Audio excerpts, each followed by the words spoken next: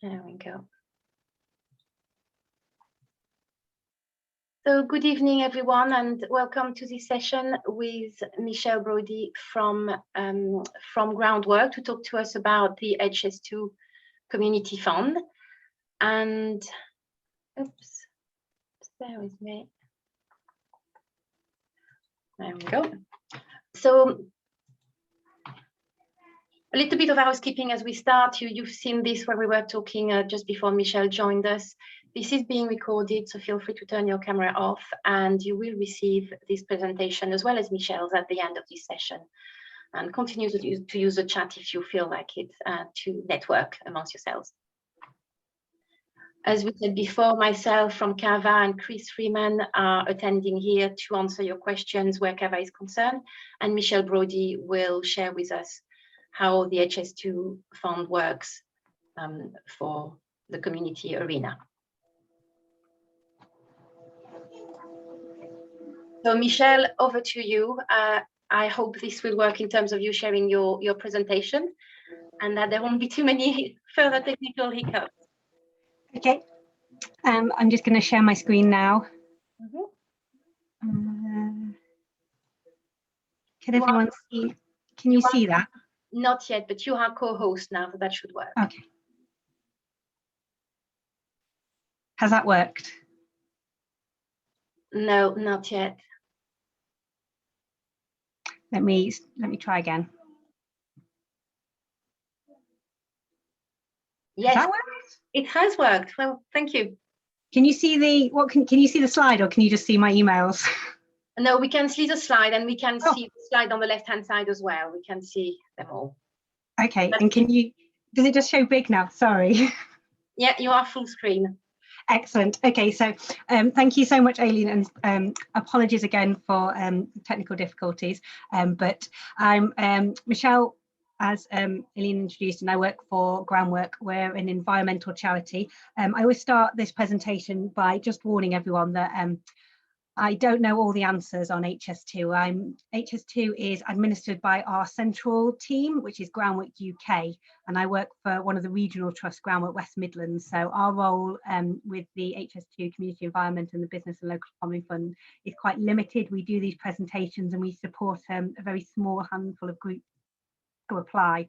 So I don't know this fund inside out and back to front like I do with a couple of other funds that we work on. So just to warn you, you might have questions and I might not know the answer to them, but if that's the case, I just go back to our central team and get an answer, and then I'll ask Aileen to share it with everybody that was on this meeting today.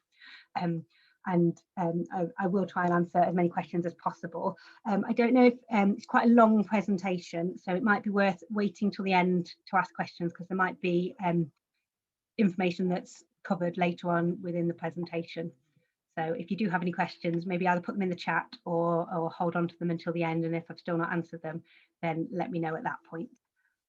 As I mentioned, it is quite a long presentation. It's not mine and I didn't write it, and I am afraid it is very wordy. So what I'll do is I'll try not to read out the slides, because I know that can be very dull, and you're all more than capable of reading faster than I am of talking. So I'll try and use the slides as like a prompt, but then what is helpful is that the slides are there. So at a later date, if you need any information again, or you can't remember anything that I've said, you can just use these slides hopefully as a backup. So I will send them to Aileen to share after the presentation, if that's okay. For this first slide talks about the business and local economy fund, but I don't believe that anybody's interested in that fund today, so I will just be talking about the community and environment fund, and then if anyone's got any questions maybe about business and local economy, they can ask me at the end. So this is the introductory slide, so they're all very much like this. So this is a presentation about the HS2 Community and Environment Fund. It was launched in 2014, and £40 million was made available by the government as part of phase 1, and then a further £5 million was allocated to phase 2, which is so phase 1 is the route from London to Birmingham, and then phase 2 is leading on from Birmingham up through, I think it's to Leeds, or is it Cheshire? That's quite a new one, so I don't know very much about phase 2 at all. So if anyone's got any hoping everyone here is from the West Midlands anyway, but if anyone's got any phase 2 questions, I'm definitely going to have to refer them back. It was given government approval and it is a government funded project. So quite often when people apply for this funding, they find that it's quite, the people that assess the funding are quite strict about it, and they do generally, with government funding, they have to be very strict, so they have to be very transparent about who they're giving the funding to and checking that everything is in good order. So that is something to bear in mind if you're thinking of applying. There's a little bit here, this slide is just about Groundwork. So as I've already said, we're a charity ourselves and we run a host of different projects, but we also help to manage a few different funds, amongst them Tesco and Comic Relief and also the HS2 Fund. Groundwork UK are the overseeing organisation, and they're the ones that when you apply, your application goes to them, and if you're successful, they're the ones that transfer the money to you. At Groundwork West Midlands, we're just a regional partner in this. When the funding was allocated, as I said earlier, there was £45 million allocated, but they split it into 4 different regions and then added a 5th for the phase 2. And so as you can see, the one in the middle, 7.5 million was allocated to the West Midlands area, which includes Birmingham, Solihull and Coventry, and then a further 10 million was unallocated to allow some flexibility. So it is quite a large pot of money, and it is available for the entire, the aim is for it to be available for the entire time that HS2 is going to be in construction and in the first year of use. We do have some priority areas. Now, this is a new element. This is come in recently. So the whole idea of the funding is that they've got the allocations across the different regions, but their HS2 and the government are very keen that the money is spread across the whole route of the line, and it isn't just certain sort of communities that are getting all the funding. And so after we've had applications in now for the last 4 years or so. And so we've looked at where the applications have come from, and they've had a look and they've seen where areas are that are getting lots of funding and where areas that haven't had a lot of funding before. And the areas that haven't had as much funding are considered priority areas. And so currently the priority areas in the West Midlands are North Solihull and Coventry. It doesn't mean that if you're from a non-priority area that you won't get the funding, and you can still apply, but it does mean you are less likely to get the funding.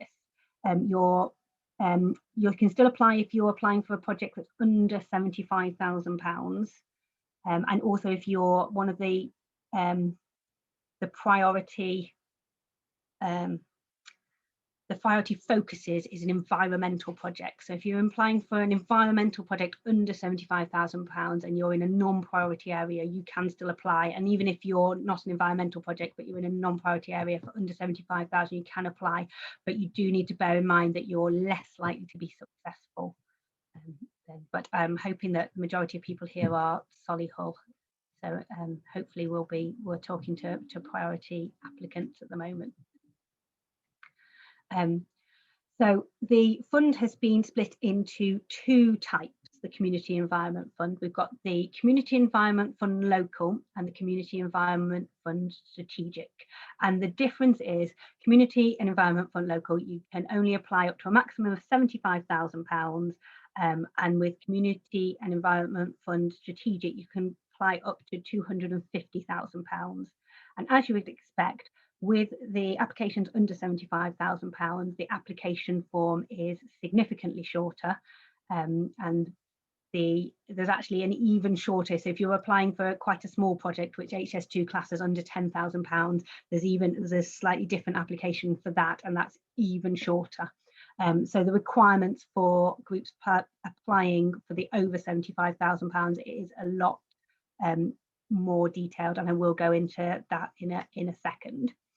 So this is just talking about the strategic. So if you are applying for up to £250,000, it is a lot longer application, and you can actually apply for over £250,000. But if you're going to apply for that, we would recommend that you speak Groundwork UK, because we're only funding, I think, very few projects. You have to have an exceptional project to get funding over £250,000. So before you sort of start the application process, it's worth having a conversation with the Groundwork UK, who are the body that oversee it, just to chat through your project proposal and see if they think it's worthwhile you putting in that application.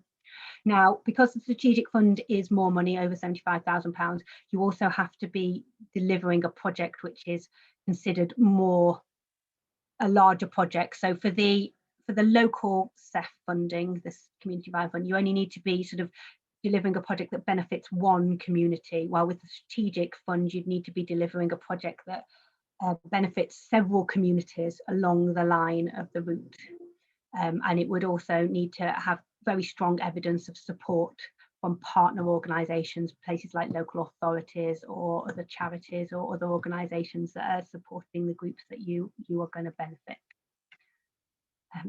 These are some examples of the different type of projects that Community and Environment Fund can be put towards, although these are in no way limited to these types of projects. So it is anything that will benefit the local community that is close to the construction line of HS2. And it doesn't have to be either revenue or capital. You can do one or the other, or a mix of the two. The key to remember is it's all about the disrupted communities. So the project doesn't need to be in any way. We sometimes get people that get a little bit confused and they think that the project needs to be in some way focused on the actual train line or something sort of train related, but it totally doesn't. It just needs to benefit those communities that are affected by the construction, and it could be anything that would benefit them. So it could be a sports club that wants to expand and buy new equipment, or it could be a village hall that wants to install new toilets, or it could be an art project that wants to engage with local communities, and as long as it's providing them benefit, then it is eligible for the funding.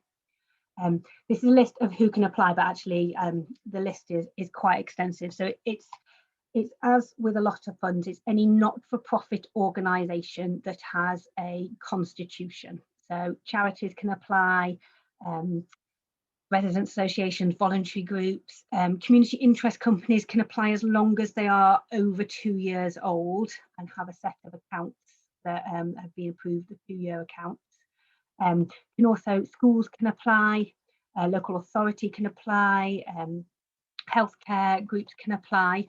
It's probably easier to talk about who can't apply, which again is the usual with funds like this: individuals, profit-making companies, private sector companies, organisations that don't have governance documents, so ones that don't have a proper constitution and can't prove. Anybody promoting a religious or political, using the funding to promote a religious or political cause, wouldn't be able to apply. There's a very long list on the website if you're not sure if your organisation is eligible or not.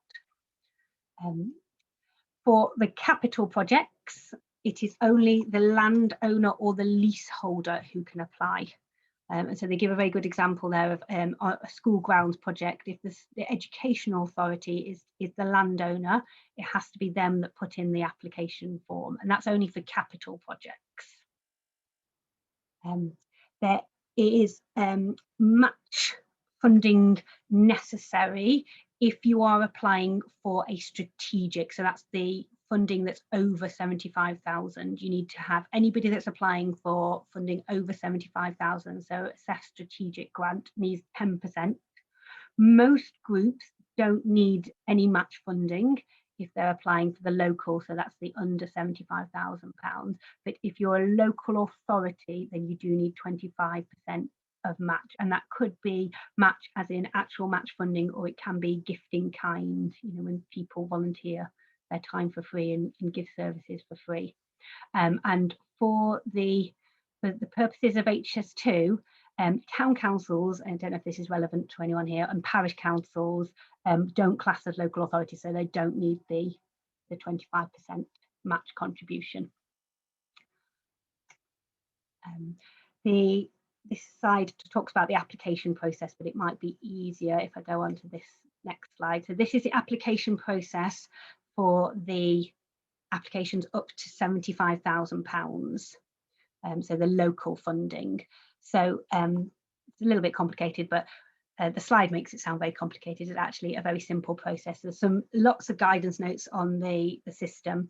You first of all, you fill in an eligibility checker, which is almost a tick box just to check that what you're planning to do is eligible. So it just checks that you're a not-for-profit organisation and that you're close to the construction line of HS2.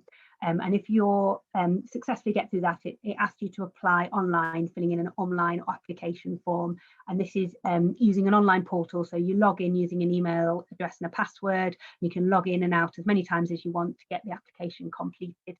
And when you've completed it all, you press the submit button, and then this slide here, number 3, takes you through what will happen internally at Groundwork UK. But this is basically a maximum of an 8-week process where they'll look at the project, assess it, it'll go to a panel, and then you'll be notified within 8 weeks of whether you are eligible or if you've been unsuccessful. And they'll give you a reason why you've been unsuccessful, so that you can decide whether you want to reapply or not. So this is for the smaller fund, and if you're applying for 75 for less than £10,000, it's the same process, but the application form is just a little bit shorter. If you're applying for over 75,000 up to 250,000, it's a much longer process. So again, there's the eligibility checker.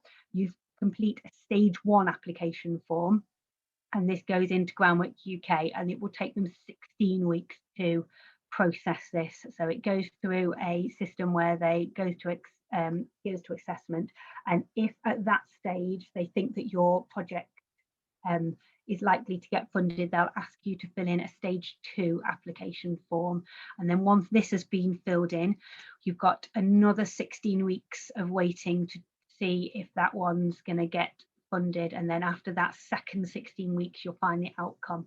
So it is quite a long process, and that does go to a proper independent panel, and that will be sort of judged by I can't remember who's on the panel, but quite important people will decide whether you get your funding or not. So if you think about that, that's a minimum of 32 weeks without even any time for you to fill in the application form. So it is a lot longer process. The next few slides, and apologies they're not very clearly laid out, but the next few slides talk about now is what to put on your application. So these are basically tips on what to fill, what to write when you're filling in your application. So the beginning of the application asks for lots of sort of details about sort of contact details. There's 4 main sections that you have to fill in when you're filling in the application, and these are them: need, planning, disruption, and legacy. So if we start off with need to begin with, so you need to evidence why the project is needed, and this section, it is important, if you can possibly in this section sort of talk about who the disrupted communities that your project will benefit are and why they need the project. And so if you can include any sort of statistics, say you're doing sort of a healthy eating project, you can quote sort of local obesity levels, or if you can sort of talk about any sort of data that comes from the area, any sort of indices of multiple deprivation, just to justify why the project is needed in that respect. And then in this section as well, there's sort of like a sub, I think it's need has sort of like 2 boxes, and one of them talks about consultation, and it is really important. With the HS2 funding, they really do like to know that the local community is that the need has come from the local community. So they don't like to think that an organisation, a charity has come along and said, oh, we know what you need some new allotments. They like to know that you have actually contacted that community, and you've really sort of gone into depth with them about what they need, and that's why your project is sort of being generated by them. You can even go so far as to say you've sort of talked about like what day of the week it will be on, so that you make sure that the sort of evidence that shows that you've really sort of connected with them, and you know what they're sort of they want from the project and what they're hoping to get out of it. Another thing you can do is also talk to other agencies in the area. So if you can get any sort of evidence from somebody like a local authority or another charity like the Wildlife Trust that have suggested the project as well, that can also be added to this section. The next section is planning. And this, I always say to groups, this section I always think it needs to be very detailed. If you get to finished writing it and you haven't used up the word count, you're either a master of brevity or you have not written enough detail in this section. I always think groups, they struggle to put the amount of information that HS2 want into this section of the document. So with the planning, HS2, they don't want to know that you've just thought about the project. They want to know that the project's going to be a success. They don't want to give you the money, then for you 6 months later to turn around and say, oh no, it's not going to work. We actually need to do something completely different. They do want you to really plan the project properly. So they want to see in this section that you've had to think about how the project's going to run. So if you say you're running football sessions, they want to know how many weeks of the year you're going to run them, that you've found somebody who's trained to run them, that you know how you're going to monitor it. So you've had to think already about how you're going to assess the project and assess that it's a success. You've got a plan in place for the monitoring. You can even say we plan to do regular questionnaires, check our participants are happy, or we'll do sort of an end of project review, or we're going to do some case studies. They just want to know that you've thought about these elements. They want to know that you've had a think about risk assessing, and it's not risk assessing as in you risk assess every session that you deliver, as in risk assessing the project. So what could go wrong? Say for example a global pandemic strikes and the project has to be put on hold. What's our plan B? Or say your the project partner that you've got on board suddenly pulls out. Have you thought about what these risks might be and how are you going to mitigate against them? Say the venue you were going to use is no longer available. You could say we've considered the main risks of the projects, these are what they are, and this is how we will mitigate against them. So we know that we've got other venues that are available, or we know if we lose key member of staff, we know that we can recruit from our bank of volunteers. So in this section, you really need to be putting in more detail. They really want to know the nitty-gritty so that they can look at it and think, oh yeah, I know this project's going to work because they've really thought about, you know, when they're sessioned, how they were going to recruit participants, or if it's a capital project, they've thought about who they're going to use, and they're going to make sure that they've looked at planning permission and they either have it in place already or they've got the process ready, and they know who their key suppliers are going to be because they've looked at these already. So that's the planning. Hold on.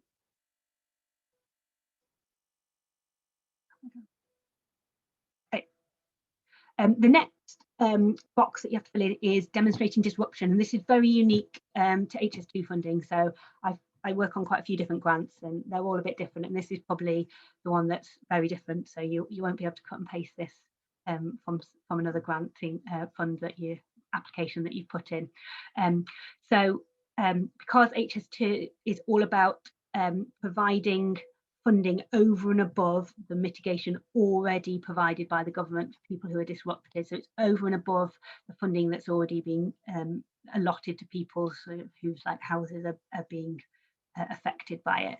You do have to show how that your community is being disrupted. And there's two ways of doing it. There's recognise effects and perceived disruption. So the recognise effect is probably the easiest to do, but also it is quite time consuming. So before HS2 was even launched, they went out and did an assessment of the entire route, and it's a very detailed assessment. It's written down in about 26 environmental statements with, I think it's an environmental report, and it has a map that goes with it.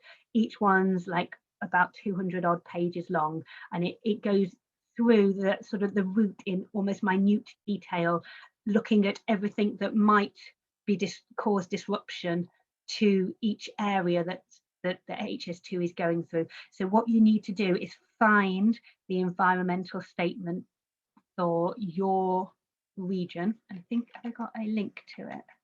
Yes, I think this is sort of what they look like, and there's a link on the slide. I find the HS2 website quite tricky to navigate, so I will make sure I send out this presentation, because this link here does lead straight to the environmental statement. So you need to look at that, and you need to see if the community that you are delivering for is mentioned in that environmental statement, and it's quite likely that they will be. So it might be you have to search. I mean, it is such a long document. I often say that it's good to have a look at. I mean, it's good to read the whole thing if you've got quite a lot of time, but if you're pushed, have a look at the community section, and often the traffic or the congestion section, and you might see the sort of the community that you're hoping to work with is mentioned, that sort of a road that runs through it is going to be sort of traffic will increase on that road, or you might see that it's often traffic related, but sometimes there are other sort of elements in there, and so you can lift sort of even a line from those environmental statements and put it into your application. So you can say, as already identified in the environmental statement, the A452. I'm just giving an example. This is going to have additional congestion caused by the construction of the line, and then you can say how maybe the community are less likely to leave their house because they're going to see all this extra traffic, or it might kind of create more pollution in the area, which means parents are less likely to take their children out, or there might be all sorts of things. You don't really even need to link the disruption to your project. You just have to prove that the community is disrupted. So that's the recognised effects, and then the perceived disruption might be something that's not in the environmental statement but that you know will be in effect. So it may be something that's unforeseen that might occur, or it might be that they say, for example, that children from one estate won't come to another estate, and that the HS2 line will disrupt their sort of usual access to a park, and they won't be able to use another park. So you can also add that into this section.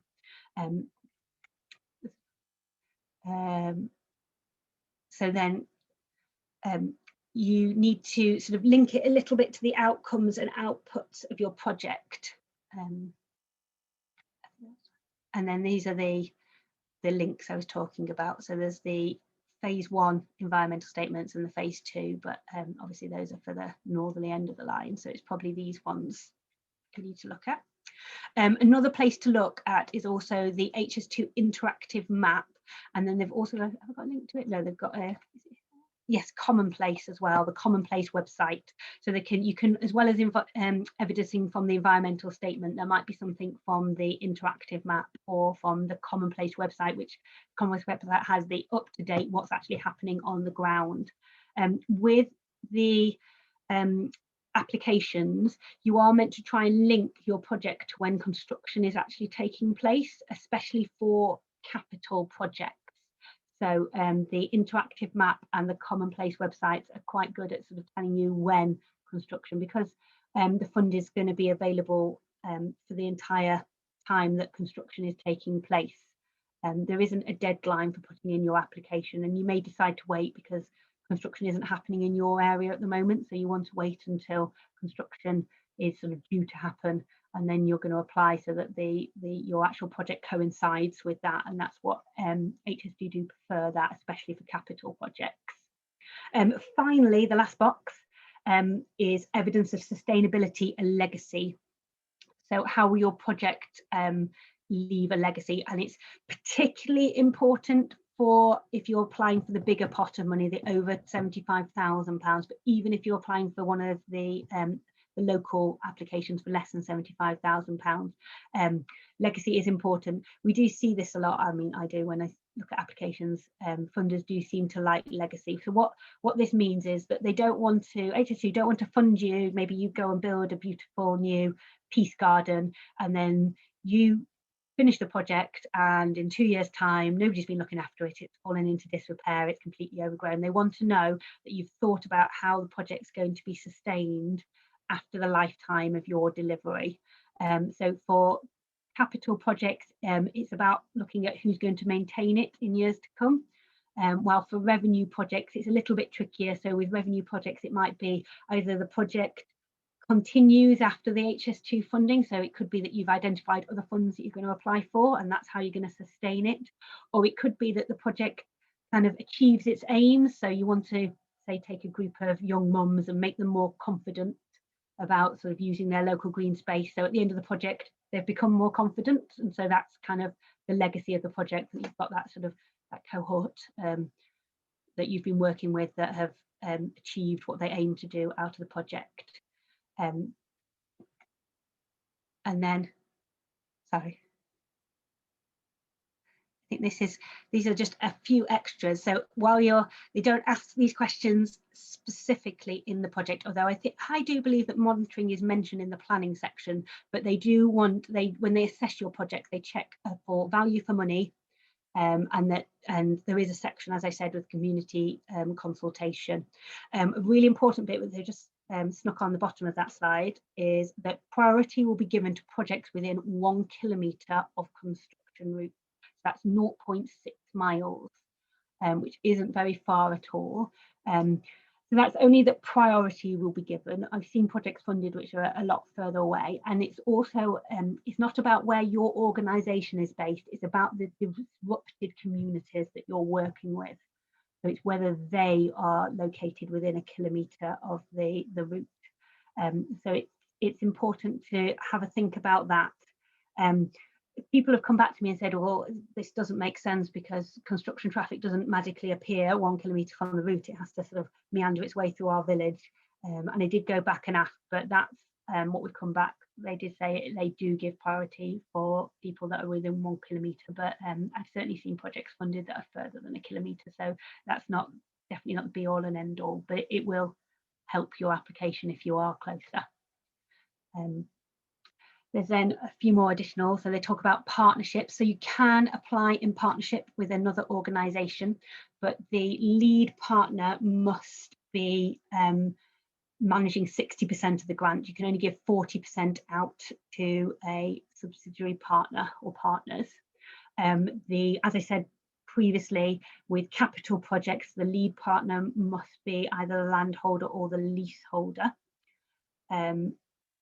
Priority, people who have applied in the past can reapply, but you do need to speak to Groundwork UK before you reapply, because priority is given to projects that haven't already received funding. So if you are thinking of applying again, it's definitely worth speaking to them, because just partly they don't want you to waste your time applying again when there's very little chance you'll get the funding. So it's definitely worth speaking to them. And then it also talks about security of tenure. So it depends upon how much you're asking for the amount of security of tenure. So if you're asking for less than £10,000, you don't actually need any security. If it's over, it goes up in grade. So the more money you're asking for, basically, the more sort of requirement there is that you know, the land's not going to be sold within 2 years, and the project's just going to be cleared away and a big parking lot's going to be built over it. So depending on how much money you're asking for, they ask for either less or more security of tenure. And then this rest of this presentation is all about the business and local economy fund. So I will fast forward through that. It's very similar, but the match funding is slightly different, and obviously the focus of it. And then we've got some lovely examples of some funded projects, and there's quite a lot more actually. This presentation will cover quite a few of the newer ones that have been funded more recently. I think there's a map on the website, which an interactive map, and you can click on all the different types of projects. So you could maybe have a look and see if there's a project similar to the one you're thinking about. Although just because a project like yours has never been funded before doesn't mean it won't be funded in the future. I think we've got 2 slides of these. Yeah, I'll give people. So as you can see, a lot of these are for under £75,000. They've given out a lot more of the smaller grants, as you would expect, than the bigger grants. Oh yeah, there we go. There's the map. So if you click on that link, it will take you there, and you can see all the different projects. And you can see, although they're not all a kilometre from the route, they are very much all close to the route. Lines taking. And then there's also there the contact details for the independent grant management body, which is Groundwork UK. So they've got a phone number and an email address, and then also a link to the key documents. finally, there are a couple of other funds. Groundwork, you don't manage them, but there are other funds that have been created by HS2. There's the Woodland Fund and the Road Safety Fund. So if you're thinking of a project that's very sort of based on planting trees, it may be worth instead looking at the Woodland Fund. You might be more likely to be eligible for that.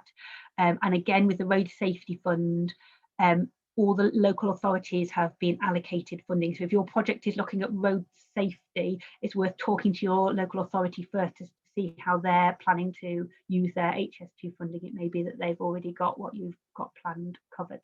It's also worth mentioning when you're asking for match, when it asks at the for match funding. So I think I said that you need to have at least 10% match funding if you're a local authority. You can't use one of these two HS2 funds as your match. It needs to be a different fund, it can't be the same HS2 one. Okay, I think that is my last slide. Let me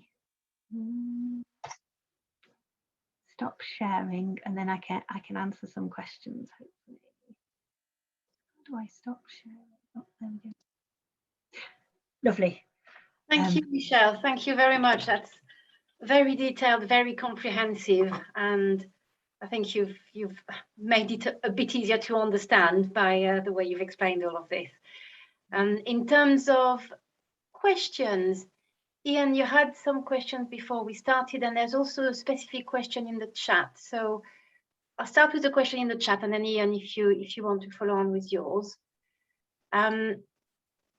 Have those environmental statements, the ones that you referred to with the links on a couple of the slides, have those been updated in the last 3 years to take into account the changes in economic situation, or are they static? I believe they are static, but do not quote me on that. I will double check for you. I'm almost 100% certain they haven't changed, but let me just double check. So I'll just ask our central team and get them to let me know, and then email that out to you if that's okay. Yeah, thank you very much. That's a good question though. Ian, do you want to share the question you had at this point, and anybody else, if you want to raise your hand, we'll take you in turn. Well, I think, yeah, I mean, the question in the chat was just about the slides, so and you answered that just as I did the question. But I think, you know, before Michelle came on the call, you know, we're a community centre in Southam, Michelle, so I'm looking for a capital grant to sort of make some improvements to it. And the question was really around, you know, what level of detail is needed in terms of, you know, if we say, for example, you know, new windows, you know, do we have to have a very specific quote for those windows to put into the bid, or, you know, what level of detail is needed is I guess is the broader question. It does depend on how much you're asking for. So obviously the more money you ask for, the more detail they expect. I guess because they do ask you to fill in a budget, so obviously you can't put it down to the penny because that would be ridiculous. It's bound to change, but sort of you need to know sort of if the windows are going to cost £1,000 each or £5,000 each. So you do need sort of a ballpark figure, and maybe you need to have had somebody out to check that, you know, if you replace the windows, it's not going to cause damage elsewhere to the building. So that is an important thing to consider. Okay, so it's kind of, you know, but the other one's boilers 20,000, and as long as I can, you know, explain, you know, how I got to that number, that's basically what they're looking for. Yeah, I mean, yeah, okay. You might want to say, you know, we've had 3 quotes, so we know we've got good value for money, and you know, we've chosen reputable boiler companies that have got all the certification that they need. Yeah. So that kind of level of detail. I think it's sometimes a little bit easier with a capital project because you know exactly what you're doing. Again, with the consultation though, you need to sort of check with the local community.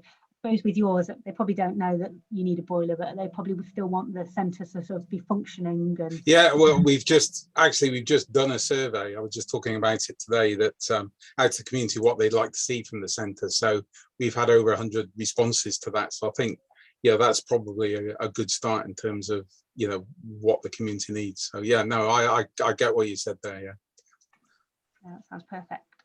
Thank you. Any other questions from the floor? I haven't got anything else on the chat.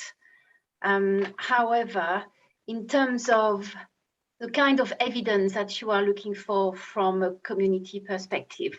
What kind of things in detail, other suggestions we could make to the group, such as, I don't know, maybe surveys, maybe what evidence is HS2 looking for to demonstrate that need?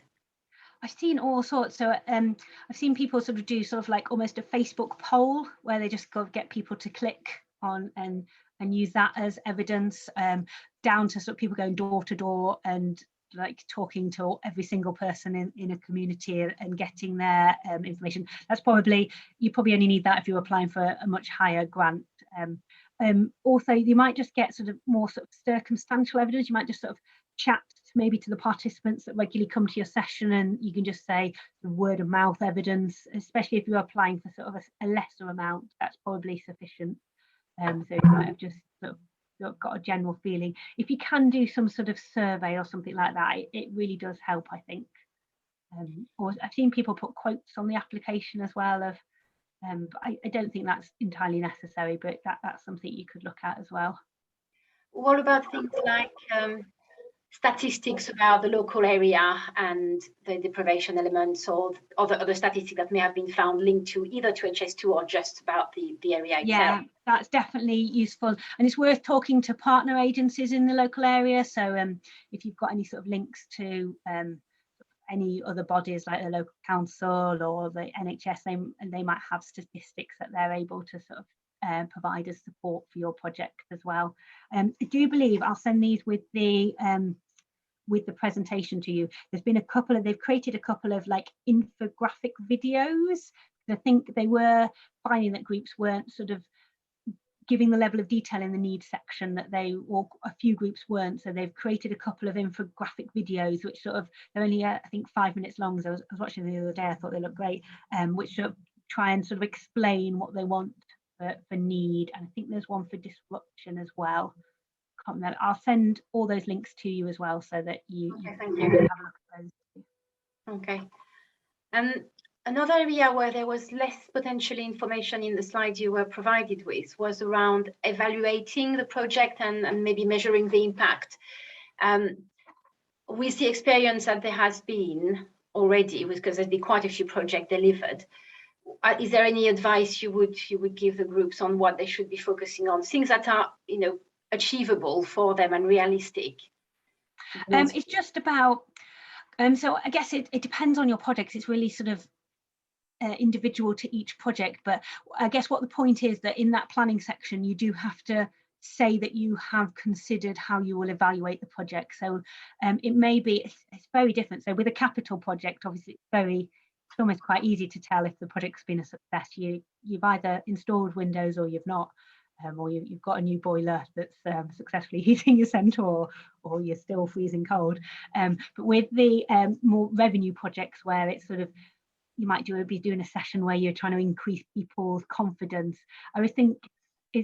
I always personally, when I run projects, think it's very important to get baseline information and then end of project evaluation. So you know where people are when you start, and you know how far they've progressed.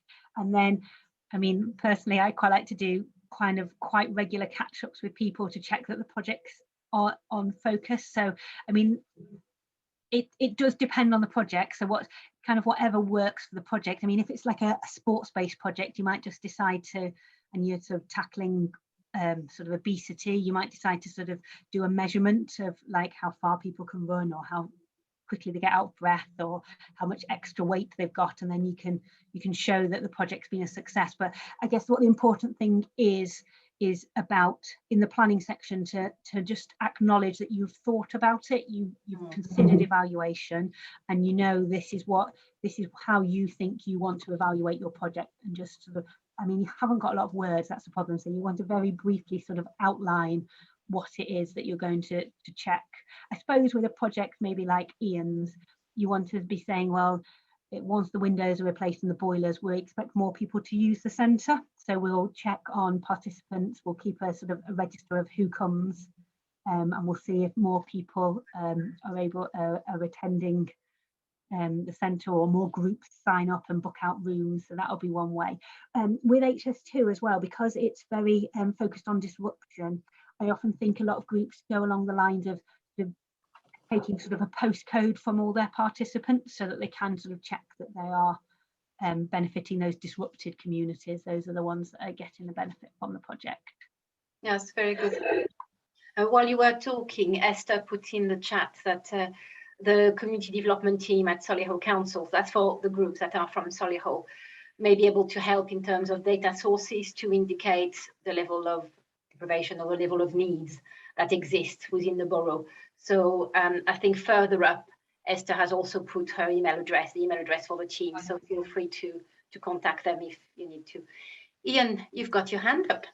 I have, yeah. It was just another thing that, you know, if we can make improvements to the building, it can leverage other grants. So, you know, if we improve the youth club, we can now apply for grants to do more youth work. You know, is that something that's relevant as well? So the leverage, if you like, from the funds that are provided. That would be definitely something worth noting in the legacy section, because that would be a legacy of the grant. Yep. Okay.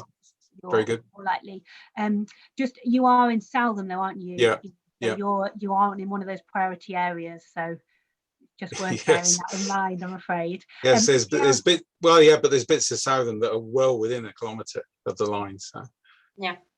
So I think, we'll see how it goes. I know that Solihull's quite big as well, so I just wanted to sort of make it clear that so you can apply if you're anywhere in Solihull, but priority is given if you're a kilometre from the route. So if you're maybe say 5 kilometres from the route, or even 10, you might be okay. But if you're quite far from the route, or the disrupted community you are benefiting is quite far from the route, if they live or work very far from the route, then it's probably not worth your while applying. I mean, there's not a set distance. Sometimes groups can, even if they're quite far from the route, they can still evidence sufficient disruption, then they will still be considered. But it is worth bearing in mind. I often think that the HS2 application, it's not an easy one. It's not, I work on the Tesco one as well, and that is lovely and short and quick to fill in, and HS2 is the other end of the scale. It is quite long. They are very strict about sort of groups meeting the criteria. So it is worth considering that if you're quite a bit further from the route, whether it's worthwhile applying. Thank you. Ian, your hand is still up. Do you have a follow-on question, or just in case, as you're prolific with them? Okay. In terms of policies and procedures, have you seen any kind of feedback on the on how up to date those are? Any advice that could be given to the groups on the last time they reviewed those, or any recent legislation they need to incorporate, any pushbacks that may have occurred on some of the applications? By policies and procedures, do you mean the organisation's policies and procedures? I mean things like health and safety, safeguarding, equality and diversity, those kind of things that are often part of, or is that not something? Not to the HS2 application, but I do know that Groundwork have got a quite, got a bit more. They do generally check. Groundwork UK have been quite strict recently about checking people's safeguarding policies. So I don't know if they've started it with HS2, but I know with their other funds, they've started either asking for a copy of safeguarding policy, or with the lesser amounts, just checking that people have got them. So safeguarding is definitely, I mean, obviously all organisations should hopefully be up to date on all their policies and procedures as standard. But yes, I know that Groundwork UK have done quite a bit of work on safeguarding. And they're keen to promote equality and diversity, so all those policies are important. Yes, and where CAVA is concerned, we are very happy to help you with that, and our recommendation would be that you make sure you review your key core procedures and policies once a year, and that you have a date stamp on them that indicates when it was last reviewed and when you intend to review it next, because that gives confidence to the funder that you're keeping on top of legal changes and you're adapting your organization, and it's not just paying it lip service and it was, you know, created 5 years ago and things have changed. I mean, health and safety, for example, that's bound to have changed enormously in the past 18 months. So there would be an expectation for grants that require those policies to have seen them updated recently. Any other advice that you could think of before we, I don't know if any, I'm not seeing any other questions. Chris, have you seen anything else yourself? No, Elaine, no. Okay. Well, if that is all that we want to ask Michelle. Thank you, Michelle, for this wonderful presentation. And sorry, everyone, that we had technical problems at the very start. And we will be sending all of this as soon as that's possible. And we will also post the recording section of this event online for you to access later on, and for those also who haven't been able to join. So thank you, everyone, and we'll see you again very soon. Thank you. Thank you. Elaine, thank you, Michelle. Thanks, Celine. Thank you, Michelle. Bye.